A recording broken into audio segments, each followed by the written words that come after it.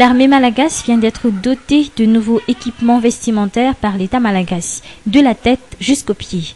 Du nouveau venu dans les rangs de l'armée jusqu'aux généraux, tous porteront désormais la même tenue. Selon le président Andradjwil, lors de son discours durant la cérémonie de remise officielle de ces équipements, cet effort de l'État a pour objectif de rehausser la valeur de l'armée malagasy. Rappelons qu'il y a une quinzaine de jours, le président Andradjwil avait promis que ce renouvellement de la tenue de l'armée malagasy devra se faire incessamment. Aujourd'hui, c'est chose faite. Ces équipements sont composés de chaussettes, de rangers et divers vêtements et équipements militaires nécessaires au travail des forces armées. S'ajoutent à tout cela les matériels de campement comme les gourdes et tant d'autres. Ce matin, au RTS de Fiadanan, la première partie de ces nouveaux équipements ont été offerts, si l'autre partie devra encore attendre étant donné qu'il avait eu du retard dans l'acheminement par bateau de ces matériels à Madagascar à cause du mauvais temps. Ces nouveaux équipements de l'armée malagasy sont de très bonne qualité. L'emblème de l'armée y figure. L'ensemble des militaires du pays devront également recevoir les leurs prochainement. De même pour la grande famille de la gendarmerie nationale et la police nationale. Après des décennies, voilà maintenant que l'État prend enfin soin des forces armées.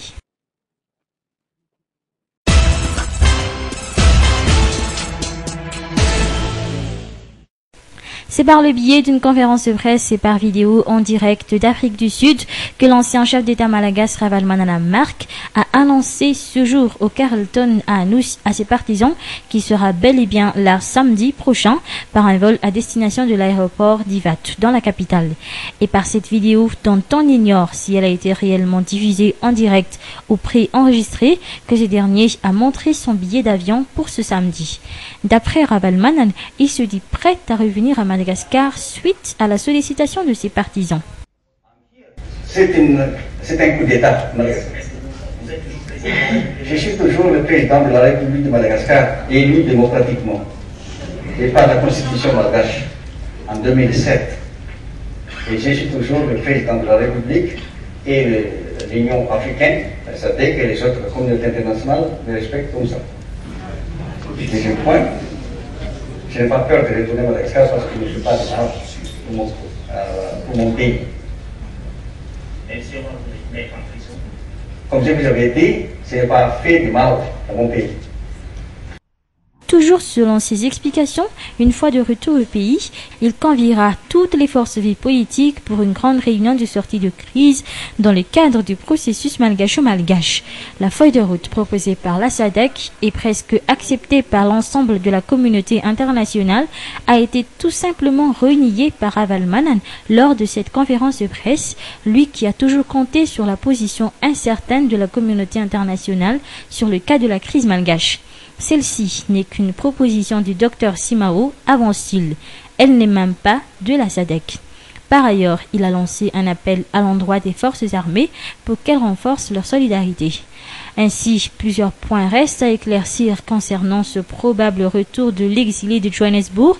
D'abord, quelles peuvent être ses réelles intentions? Faire régner le désordre, car il semble évident que son retour ne fera qu'envenimer les choses. Puis, la véracité de ces dires. Est-ce qu'il s'agit encore une fois d'un simple effet d'annonce pour créer la panique dans les rangs des pro-achatés?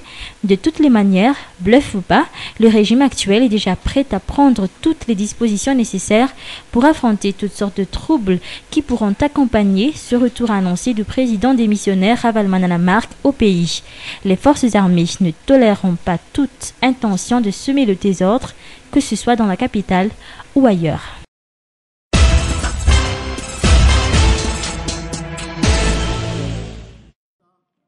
Hommage de la cérémonie de ce matin au RTS de Fiadanan, le président de la Haute Autorité de la Transition Andradjwil a répondu aux questions des journalistes sur l'annonce du retour de l'ancien chef d'État Ravalomanana Mark prévu pour samedi selon ses partisans. Il a été clair dans sa réponse, le vent de changement a déjà soufflé depuis longtemps à Madagascar. Cette annonce de l'ancien président en exil de revenir au pays à un moment aussi inopportun, déclare le président, n'est motivée que par des intentions de semer le trouble au pays et provoquer les autorités en place. Des mesures strictes seront prises, ajoute-t-il, pour garantir la sécurité intérieure. Andradouel a rappelé aux membres de la presse que Ravalman devra répondre de ses actes devant la justice malgache. Selon le président de la HAT, son retour devrait être conditionné par l'exécution des décisions de la justice malgache sur son cas. Par ailleurs, concernant la mise en place d'un gouvernement d'union nationale, le président a expliqué qu'il ne reste plus qu'à attendre la signature de la dernière feuille de route avancée par la SADC. Il ne faut pas précipiter les choses, ajoute-t-il, même si ceux qui veulent rejoindre la transition sont plus ou moins tous connus, de même pour ceux qui veulent rester dans l'opposition. Mais cela ne constitue en rien un obstacle dans l'accomplissement des élections, ajoute-t-il. D'ailleurs, la majorité avait déjà validé la feuille de route de la SADC, pareil pour les Nations Unies, l'OIF et la COI.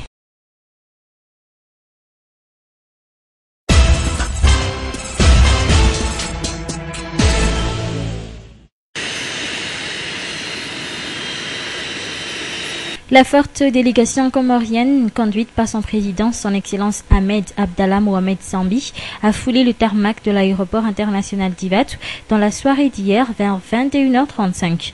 Le Premier ministre Albert Kamivital ainsi que plusieurs membres du gouvernement ont reçu cet invité de marque du régime transitoire.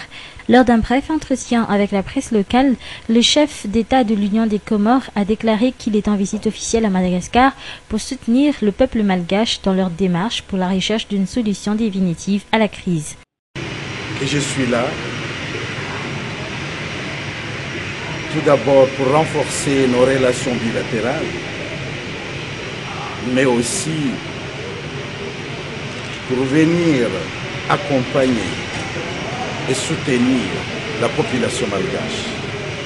Nous sommes là pour venir accompagner et soutenir le dialogue malgacho-malgache. Nous sommes là pour soutenir ce grand pays qui était toujours à nos côtés pendant les moments difficiles que nous avons aussi vécu aux Comores. Il faut que nous arrivions à trouver une solution définitive qui mettra fin à cette crise qui a trop duré. Donc on est là pour soutenir les Malgaches, on est là pour soutenir la population de Madagascar et j'espère qu'on fera beaucoup de prières pour que le Tout-Puissant nous accepte et accepte notre modeste contribution et nous arriverons, je l'espère quand même, à trouver une solution définitive à cette crise. Pour le ministre des Affaires étrangères malgache, le vice-amiral d'escadre Ramarson Hippolyte, ce geste remarquable du président de l'Union des Comores peut se traduire comme une reconnaissance à l'égard du régime transitoire sous la houlette du président Andradouel. En brisant le blocus des États africains, européens et américains, Mohamed Sambi, le président en exercice aux îles Comores, a montré un courage politique continu, ce chef de la diplomatie malgache. Pour ce qui est de la visite officielle de ce chef d'État, lancée d'après un communiqué officiel que demain, il sera reçu au Palais d'État d'Iavlou par le couple présidentiel pour un déjeuner privé. Mais avant cela, il recevra à l'hôtel Carlton Anus le Premier ministre Albert Kamivital. En marge de sa mission, le président Ahmed Abdallah Mohamed Sambi en rencontrera ce samedi à Madang les ressortissants comoriens résidant dans la Grande Île.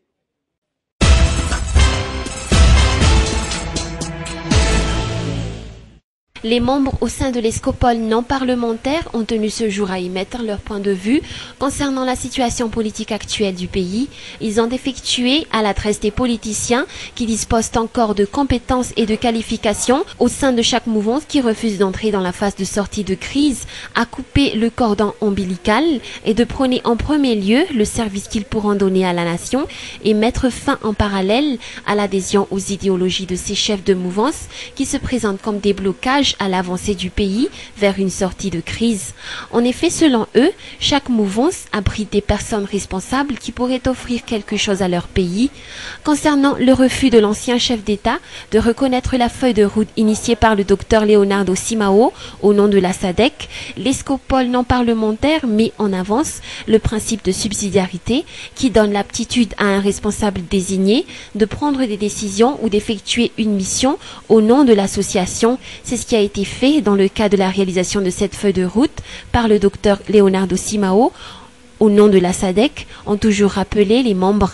Malgré cette présentation de point de vue au nom de l'Escopole non parlementaire, les membres ont souligné qu'ils restent toujours des membres à part entière de l'Escopole et respectent et prônent en même temps les mêmes valeurs mises en place lors de la création de cet espace de concertation, qui sont des valeurs inscrites dans la feuille de route proposée par la SADC. C'était ce jour, lors d'une rencontre avec la presse, que les membres au sein de cet espace ont pu émettre ces points de vue.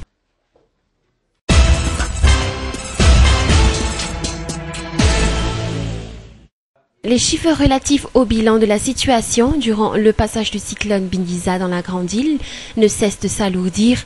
En effet, selon les chiffres recueillis par le BNJRC ce jour vers 10 h, Bingiza a fait jusque-là 6 morts, 16 blessés, 1 disparu, 20 000 sinistrés, dont 6 000 d'entre eux sont actuellement des sans-abri.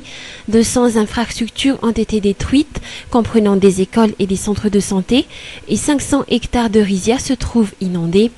Rajoutez à ces chiffres la masse nuageuse qui a amené des pluies abondantes dans la région de Vadva-Fidvnang et dans celle du sud-est de l'île. Il existe déjà 5 600 sinistrés. Actuellement, selon les dernières données émises par le service météorologique d'Ampanjinumbi, Bingiza se dirige toujours vers le sud et le sud-ouest de l'île. Selon les prévisions, il devrait sortir en mer demain. Vers 18 h ce jour, son centre se trouvait dans le district de Manz. Il apporte avec lui des vents d'une vitesse de 80 km/h et des rafales de 110 km/h. Toutefois, les mesures appliquées dans certaines régions de l'île sont toujours maintenues. Pour ce qui est de la distribution des aides octroyées à ces régions victimes du passage de Bingiza, un bateau en partance pour ces régions sinistrées a quitté le port de Tuamas à ce jour. Une réunion initiée par le comité de réflexion des intervenants en catastrophe au sein du BNJRC a eu lieu ce jour pour renforcer tous les acteurs opérationnels au sein du BNJRC.